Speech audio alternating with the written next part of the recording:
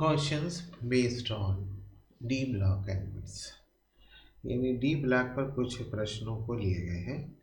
ये प्रश्न बड़े महत्वपूर्ण हैं, आमतौर से बोर्ड परीक्षा में पूछे जाते हैं। उन प्रश्नों को आज के इस सेशन में हल करने का प्रयास होगा। पहला प्रश्न है, स्कैंडियम को संक्रमण तत्व कहा जाता है। स्कैंडियम को संक्रमण तत्व कहा जाता है, परंतु जिंक को नहीं कहा जाता। तो संक्रमण तत्व की पहली बात यह है कि संक्रमण तत्व होते क्या है। ये एक मेन चीज है। हम बड़ा कार्य पर इसको समझेंगे कि संक्रमण तत्व है क्या। आवर्त सारणी में डी ब्लॉक के वे तत्व जिनकी मूल उदासीन अवस्था या सक्रिय अवस्था में डी कक्षकों में अयुग्मित इलेक्ट्रॉन मिलते हो या डी कक्षक अपूर्ण हो, वे संक्रमण तत्व कहलाएंगे।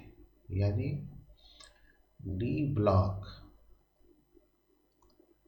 के वे तत्व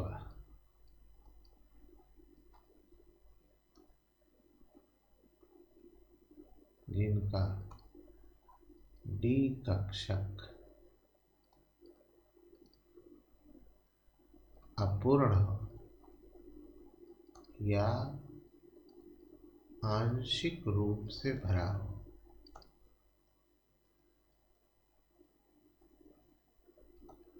संक्रमण तत्व कहलाते हैं।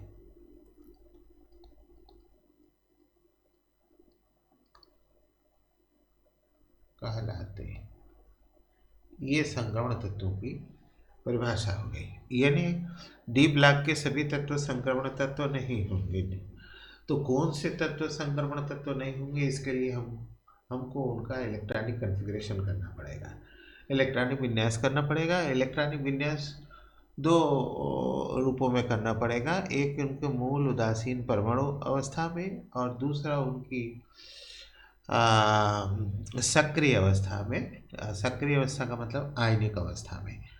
दोनों अवस्था में से किसी भी अवस्था में यदि डी कक्षक अपूर्ण है या आंशिक रूप से भरे हैं, तभी वे संक्रमण तत्व हो पाएंगे, वरना नहीं हो पाएंगे।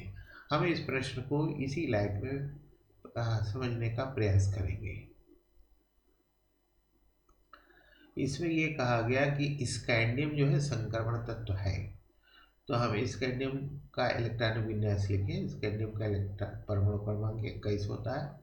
1s2, 2s2p6, 3s2p6, 4s2 3d1। ये 4s2 3d1, 1 2 3 4 5, ये 3D कक्षक है, इसमें एक इलेक्ट्रॉन है। तो ये आंशिक रूप से भरा हुआ है, यानी 3D अपूर्ण या आंशिक रूप से भरा होने के कारण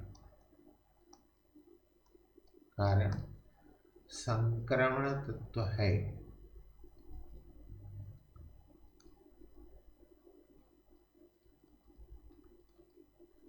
अब ये बात हम जिंक के केस में ले लें। तो जिंक का परमाणु क्रमांक 30 होता है। इसका इलेक्ट्रॉन विन्यास लेंगे 1s2, 2s2p6, 3s2p6, 4s2 3d10, 3d पूर्ण रूप से भरा हुआ।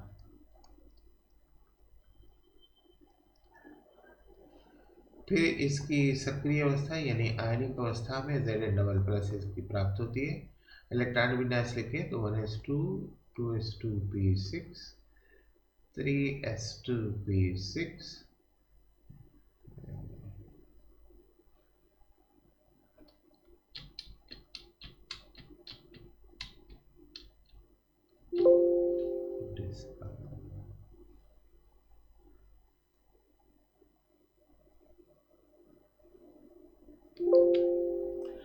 Questions on D block elements first part. हम डी ब्लॉक एलिमेंट्स पर आधारित प्रश्नों की एक सीरीज ले रहे हैं। इस सीरीज का ये प्रथम भाग है। इस भाग में हम कुछ प्रश्नों को, चुनिंदा प्रश्नों को लेंगे और उनको समझने का प्रयास करेंगे। पहला जो प्रश्न इसमें है वो ये है कि स्कैंडियम को संक्रमण तत्व कहा जाता है, परंतु जिंक को संक्रमण तत्व नहीं कहा जाता। तो अब पहले तो हम ये समझें कि संक्रमण तत्व है क्या, है ना। तो संक्रमण तत्वों की पहचान ये है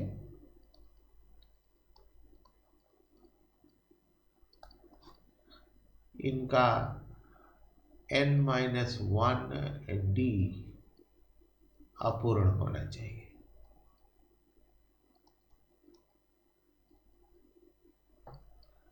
चाहे तत्व की मूल अवस्था हो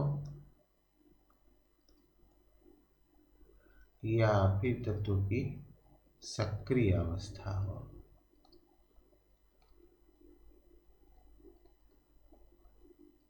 ठीक है, यानी डी ब्लॉक में जितने भी तत्व आते हैं उनमें जिंक कैडमियम मरकरी 12वें समूह के जो ये 3 तत्व हैं ये संक्रमण तत्व नहीं कहलाते। कारण इसका ये है कि संक्रमण तत्व कब कहलाएंगे, इसकी पहचान ये है कि किसी भी तत्व के मूल परमाणु अवस्था का इलेक्ट्रॉन विन्यास लीजिए या उसकी सक्रिय यानी आयनिक अवस्था का इलेक्ट्रॉन विन्यास लीजिए। यदि इस इलेक्ट्रॉन विन्यास में बाह्यतम कोश के पीछे का कोश यानी n-1 का डी कक्षक अगर अपूर्ण रूप से भरा है यानी आंशिक रूप से भरा है तभी वह संक्रमण तत्व कहलाएगा। अगर पूर्ण रूप से भरा है तो वह संक्रमण तत्व नहीं कहलाएगा। तो संक्रमण तत्व होने की जो शर्त है वो यही है कि इनका बाह्यतम n-1 डी कक्षक जो है वो आंशिक रूप से भरा होना चाहिए, चाहे उसकी मूल अवस्था परमाणु की मूल उदासीन अवस्था ले लें या उसकी आयनिक अवस्था ले लें। इस बात के आधार पर हम इन प्रश्न का उत्तर लिखने का प्रयास करेंगे। यानी ये स्कैंडियम जो है वो संक्रमण तत्व है। तो हम पहले स्कैंडियम का इलेक्ट्रॉन विन्यास लिखेंगे।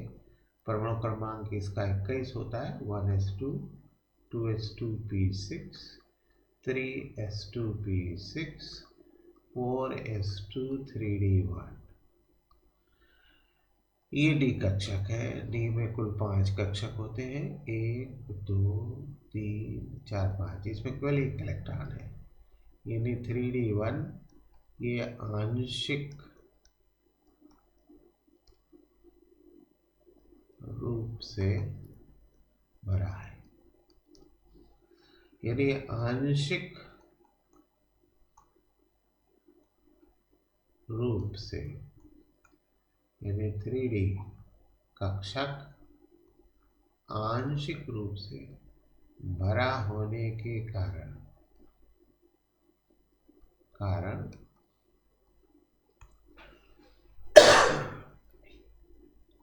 संक्रमण तत्व है। हम यही बात जिंक पर निकालें। जिंक का परमाणु क्रमांक 30 है, 1s2 2s2p6 3s2p6 4s2 3d10। यहाँ ये 3D जो है 1 2 3 4 5 1 2 3 4 5 6 7 8 9 10 ये पूर्ण रूप से भरा है। फिर इसकी आयनिक अवस्था ले लें, डबल प्लस इसकी आयनिक अवस्था है। इलेक्ट्रॉन विन्यास लिखेंगे तो 1s2 2s2p6 3s2p6 और d10 मिलेगा। यहाँ भी यह पूर्ण रूप से भरा है। तो मूल उदासीन परमाणु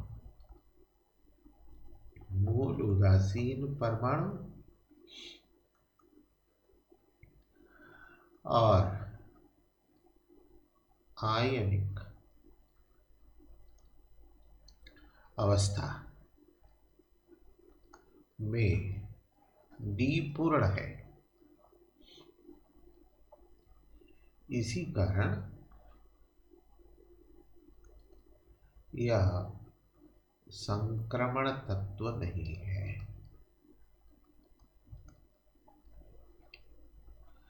यानी स्कैंडियम में 3D1 की अवस्था मिली, यह आंशिक रूप से भरा हुआ है, इसीलिए ये संक्रमण तत्व कहला रहा है।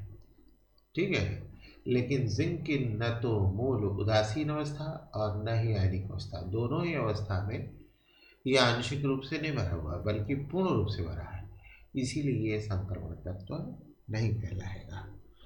तो हम दूसरे प्रश्न को ले गए। दूसरे प्रश्न में ये कहा गया कि डी ब्लॉक में बाएं से दाएं चलने पर पहले परमाणु त्रिज्या बढ़ती है, फिर मध्य में लगभग समान हो जाती है, ऐसा क्यों होता है?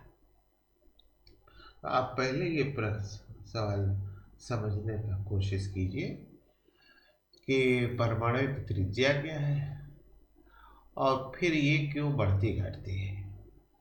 तो ये परमाणु का नाभिक है, इस नाभिक के बाहर ये इलेक्ट्रॉनिक कोश है, ये नाभिक है और ये इलेक्ट्रॉनिक कोश है। तो नाभिक से बाह्यतम कोश के बीच की जो दूरी है वो सामान्य परिभाषा के अनुसार परमाणुक त्रिज्या होगी, परमाणुक त्रिज्या होगी। अब ये परमाणु त्रिज्या कब घटेगी कब बढ़ेगी? तो नंबर 1, यदि कोश बढ़ते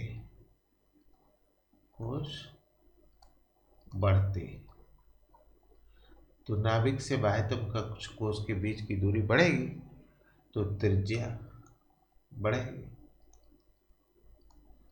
दूसरी बात, यहाँ 2 प्रकार के बल लगते हैं। एक बल जो है वो नाभिक का आकर्षण बल है, नाभिक का आकर्षण बल है, और दूसरा बल जो है वो इलेक्ट्रॉनों के मध्य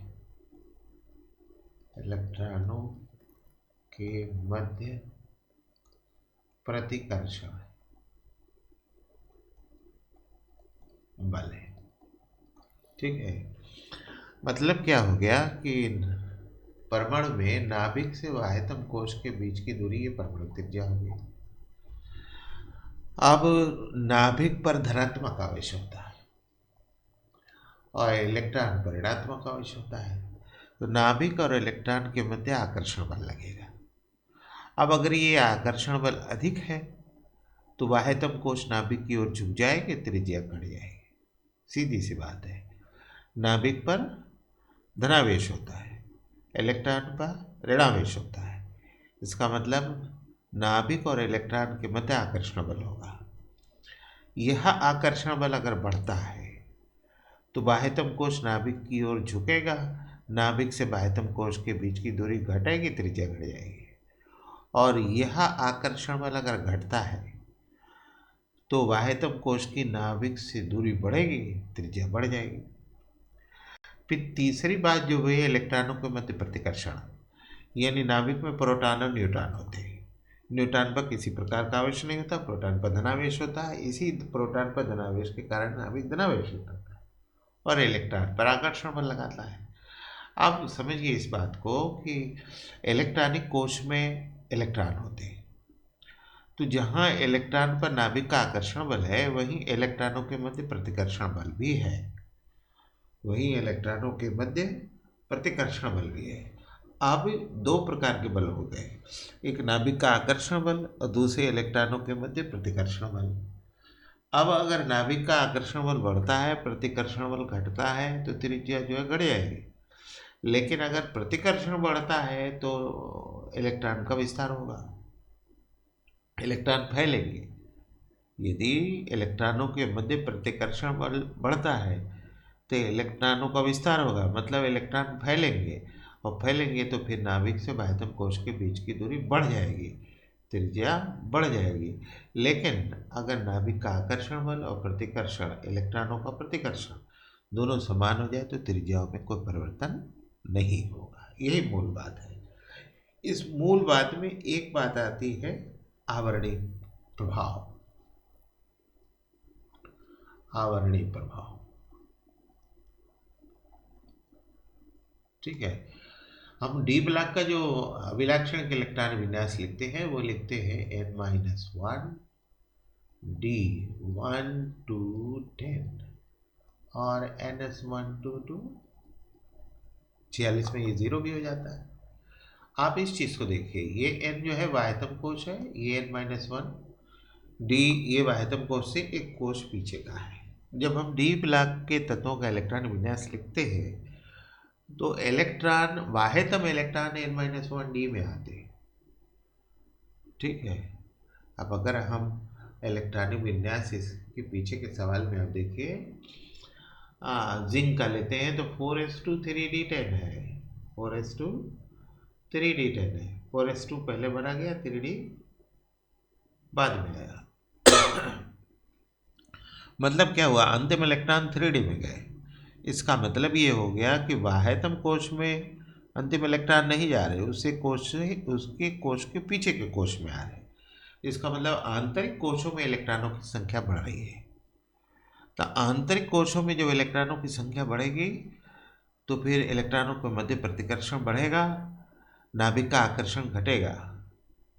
इसका मतलब ये हुआ कि आंतरिक कोश n-1 डी में इलेक्ट्रॉनों की वृद्धि के कारण नाभिक का ns पर आकर्षण बल कम हो जाता है। यही परिरक्षण प्रभाव या आवरणीय प्रभाव कहलाता है।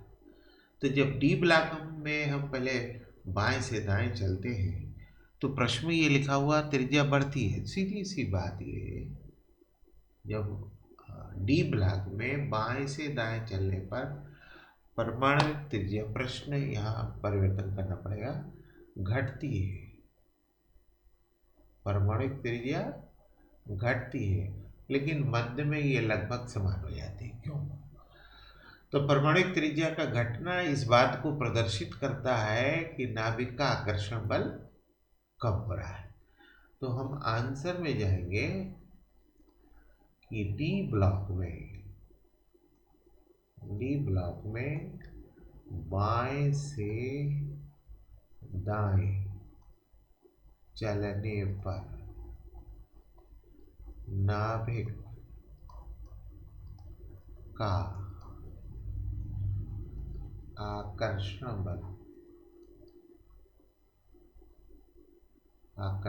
बल बढ़ता है। अतः प्रारंभ में परमाणविक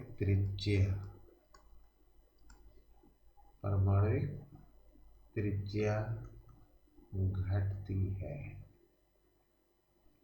मध्य में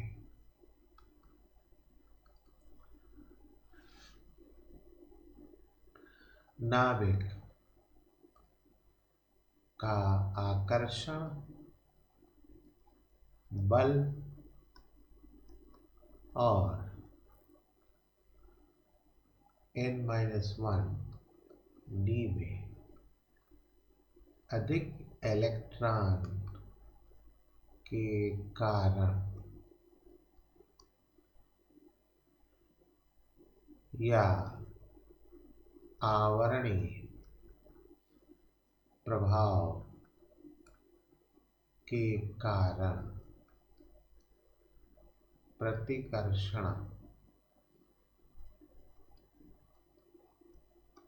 बल समान हो जाते हैं। इसी कारण त्रिज्या लगभग समान हो जाती है। त्रिज्या लगभग समान हो जाती है। ये बहुत महत्वपूर्ण सवाल है ना। हम परमाणुक त्रिज्या अगर बढ़ती है तो इसका मतलब आकर्षण बल कम हो गया, परमाणुक त्रिज्या घटती है इसका मतलब आकर्षण बल बढ़ गया। लेकिन अगर परमाणुक त्रिज्या में कोई खास परिवर्तन नहीं होता है तो इसका मतलब नाभिक का प्रभावी धनावेश और इलेक्ट्रॉनों के मध्य प्रतिकर्षण लगभग समान चल रहे हैं, इसीलिए परमाणु त्रिज्या में कोई सामान्य परिवर्तन नहीं होता। अब हम अगले प्रश्न को लेंगे। यह दो प्रश्न, एक प्रश्न में है Fe3 प्लस रंगीन है जबकि Zn डबल प्लस रंगहीन है, क्यों? तो कब कोई रंगीन होगा और कब कोई रंगहीन होगा, है ना, ये बात समझनी पड़ेगी। ठीक है, डी संक्रमण के कारण रंगीन होगा,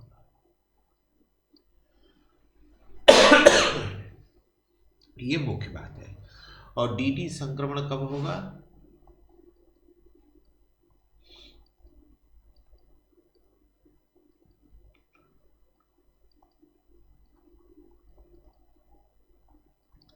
जब डी कक्षक अपूर्ण होंगे। ठीक है, ये मुख्य बात है। डी संक्रमण के कारण ही रंग में परिवर्तन आएगा, रंगीन होंगे। डी पूर्ण रूप से भरा है तो डी संक्रमण नहीं होगा, कलरलेस होंगे। अब इसी बात को हम यहाँ समझाने का प्रयास करेंगे, यानी हम अपना उत्तर फिर कैसे लिखेंगे। ठीक है, तो उसके लिए हमको Fe3+ का इलेक्ट्रॉनिक विन्यास लिखना पड़ेगा। तो परमाणु क्रमांक इसका 26 होता है, 4s2 3d1 कम हो जाएगा, तो ये हो जाएगा 1s2 2s2 p6 3s2 p6 d5। ये अगर 26 का लिखते हैं तो 4s2 3d6 होता है, 3 इलेक्ट्रॉन यहाँ कम करना है, तो 4s2 का 2 और 3d6 में से 1 कम कर लेंगे तो ये हो जाएगा। अब यहाँ 3d5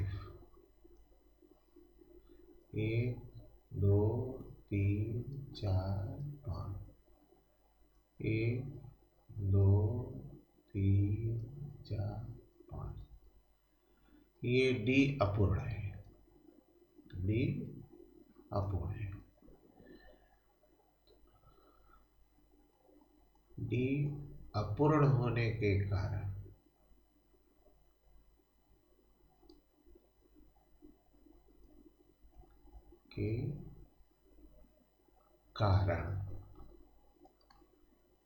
डी संक्रमण होगा,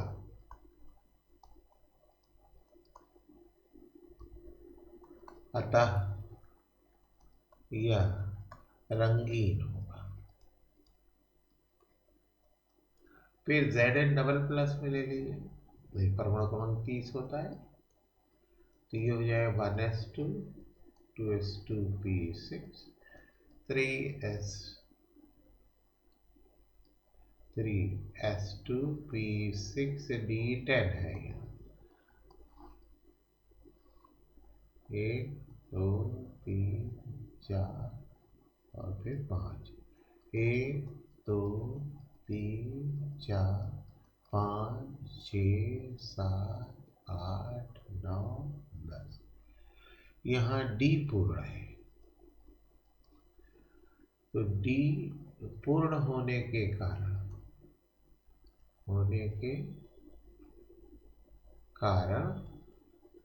डी संक्रमण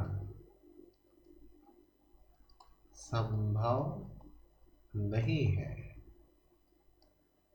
अतः रंगहीन होगा, अतः रंगहीन होगा। तो रंगीन कब होगा? जब डी संक्रमण होगा। डी संक्रमण कब होगा? जब डी अपूर्ण होंगे। तो चूंकि Fe ट्रिपल प्लस में D अपूर्ण है, आंशिक रूप से भरा हुआ है, अतः dd संक्रमण संभव है, इसी कारण ये रंगीन होगा। लेकिन Zn डबल प्लस में 3d10 की स्थिति है, ये पूर्ण है, इसमें dd संक्रमण नहीं हो पाएगा, अतः ये रंगहीन होगा। चौथा सवाल वही परिरक्षण प्रभाव या आवरणीय प्रभाव है। तो इसका फिर आंसर क्या होगा? इसके पीछे के सवाल में ये आंसर में आया था कि n-1 d के इलेक्ट्रॉन ns पर नाभिक के आकर्षण बल को कम करते, यही आवरणीय प्रभाव कहलाता है। ठीक है, इसके पीछे के प्रश्न में ये बात आई थी कि डी ब्लॉक में जो अंतिम इलेक्ट्रॉन है वो n-1d में जाता है। ठीक है, अंतिम कोश में नहीं जाता है। तो आंतरिक कोश में इलेक्ट्रॉनों की संख्या बढ़ेगी। जब आंतरिक कोश में इलेक्ट्रॉनों की संख्या बढ़ेगी तो इलेक्ट्रॉनों के मध्य प्रतिकर्षण बढ़ेगा, नाभिक का आकर्षण घट जाएगा और इसी कारण जो है त्रिज्या बढ़ जाएगी। ठीक है, तो आंतरिक कोश में डी ब्लॉक में n-1d यानी आंतरिक कोश में इलेक्ट्रॉनों की संख्या अधिक होने के कारण नाभिक का ns1 पर आकर्षण बल घट जाता है, यही आवरणीय प्रभाव या परिरक्षण प्रभाव कहलाता है।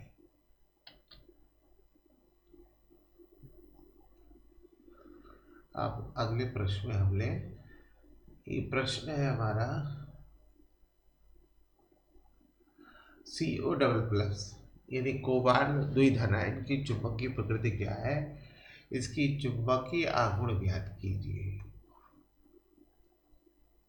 तो चुंबकीय प्रकृति दो होती है, चुंबकीय प्रकृति दो है, एक अनुचुंबकीय है, एक अनुचुंबकीय है। ये तब होगा जब इलेक्ट्रॉन अयुग्मित होंगे, इलेक्ट्रॉन अयुग्मित हो। बी प्रतिचुंबकीय,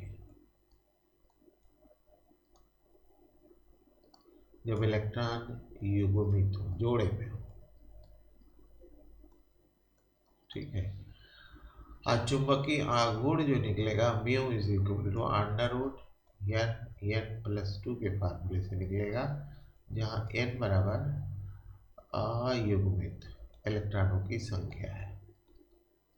ठीक है, तो इसका मतलब ये हुआ कि हम इलेक्ट्रॉनिक विन्यास कोबाल्ट द्विधनायन का करें और फिर देखें कि उसमें इलेक्ट्रॉन युग्मित है कि अयुग्मित है। अगर अयुग्मित है तो फिर अनुचुंबकीय हो जाएगा, युग्मित है तो चुंबकीय हो जाएगा, और अगर अयुग्मित है तो कितने अयुग्मित हैं तो उससे n मालूम हो जाएगा। फिर हम सूत्र में n की वैल्यू प्लेस करके अपने आंसर तक पहुंच जाएंगे। इस बात का ध्यान रखना पड़ेगा कि इलेक्ट्रॉनिक विन्यास हम इस चीज़ का ले लें। तो कोबाल्ट, हम आंसर में जाएंगे कोबाल्ट CO डबल प्लस, इसका परमाणु क्रमांक 27 होता है। हम इलेक्ट्रॉनिक विन्यास करें तो 1s2 2s2p6 3s2p6 और 4s2 से 2 इलेक्ट्रॉन ये निकल के 4s0 हो जाएगा, 3d7 ये हो गया। तो 3d7 का मतलब ये हो गया कि 1 2 3 4 और 1 5, ये 5 कक्षक हो गए 3d7 के लिए। 1 इलेक्ट्रॉन, 2 इलेक्ट्रॉन, 3 इलेक्ट्रॉन, 4 5 6 और 7, ये मेरे पास 3 अयुग्मित इलेक्ट्रॉन मिल गए। तो पहली चीज़, अयुग्मित इलेक्ट्रॉन के कारण यह अनुचुंबकीय होगा। यह अनुचुंबकीय होगा। ये पहला जवाब हो गया। दूसरा, चुंबकीय आघूर्ण निकालना है। तो चुंबकीय आघूर्ण का सूत्र लिखेंगे, mu is equal to n under root n plus 2। तो एन बराबर हो गया यहाँ 3। हम यहाँ पर वैल्यू प्लेस करेंगे, under root 3 plus 2 is equal to under root 15। ये 3 2 5 गुणे 3 15 हो गया। 15 का जब हम वर्गमूल निकालते हैं तो ये मिलता है 3.87। मात्रक हो गया बोर मैग्नेटॉन यानी Bm। ये हमारा आंसर हो गया। तो चुंबकीय प्रकृति निकालने के लिए हमको ये देखना पड़ेगा कि इलेक्ट्रॉन युग्मित है या अयुग्मित है। अगर अयुग्मित है तो अनुचुंबकीय होगा, युग्मित है तो प्रतिचुंबकीय हो जाएगा। इन अयुग्मित इलेक्ट्रॉनों की संख्या के आधार पर हम यहाँ चुंबकीय आघूर्ण सूत्र में वैल्यू प्लेस करके निकालेंगे। तो इन प्रश्नों को इस तरह से हम जवाब ले लेंगे। ये प्रश्न बोर्ड परीक्षा के लिए अत्यंत महत्वपूर्ण